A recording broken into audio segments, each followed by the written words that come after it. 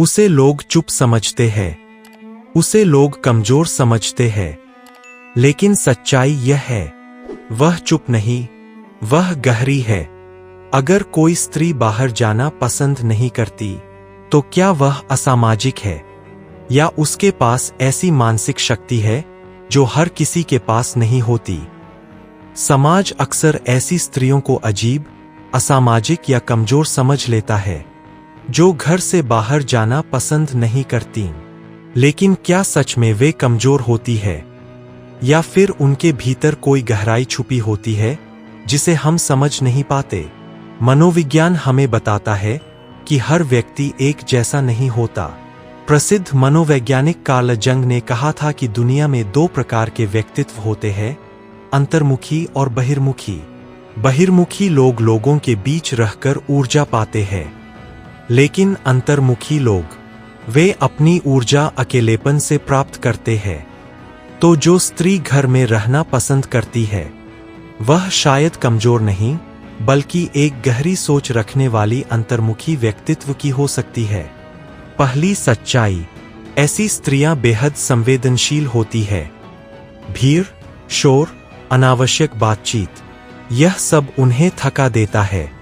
मनोविज्ञान में इसे हाईली सेंसिटिव पर्सनैलिटी कहा जाता है। ऐसे लोग हर भावना, हर ऊर्जा को गहराई से महसूस करते हैं। जब वे घर में होती है, तो उन्हें शांति मिलती है। वह किताब पढ़ सकती है, लिख सकती है, संगीत सुन सकती है, और अपने भीतर की दुनिया में सुकून पा सकती है। दूसरी सच्चाई, वे आत्मनिर्भर होती है। एक शोध जो यूनिवर्सिटी ऑफ ऑक्सफोर्ड में किया गया, उसमें पाया गया कि जो महिलाएं अकेले समय बिताने में सहज होती है, उनका आत्मसम्मान अधिक होता है। वे दूसरों की राय पर कम निर्भर रहती है। उन्हें खुश रहने के लिए भीड़ की जरूरत नहीं होती।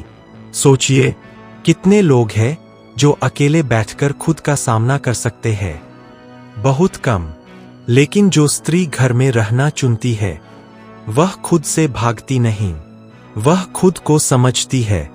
तीसरी सच्चाई, वे गहरे रिश्तों को महत्व देती है। उन्हें 100 जान पहचान वाले लोग नहीं चाहिए, उन्हें 2-3 सच्चे लोग चाहिए, जिनसे वे दिल खोलकर बात कर सकें। वे दिखावे की दोस्ती नहीं करती, वे सच्चे रिश्तों में विश्वास करती है, और जब किसी को अपना मान लेती है, तो पूरी वफादारी से साथ निभाती है। चौथी सच्चाई, वे अपने मानसिक स्वास्थ्य का ख्याल रखना जानती है। आज की दुनिया में हर समय सोशल होना, हर जगह जाना, हर ट्रेंड में शामिल होना, यह सब बहुत थका देता है। लेकिन जो स्त्री घर में रहना पसंद करती है, वह जानती है कि उसे कब आराम चाहिए, कब खुद के साथ समय चाहिए, और कब दुनिया से थोड़ी दूरी जरूरी है। यह कमजोरी नहीं, यह आत्मजागरूकता है। पांचवी सच्चाई, वे अक्सर रचनात्मक होती है।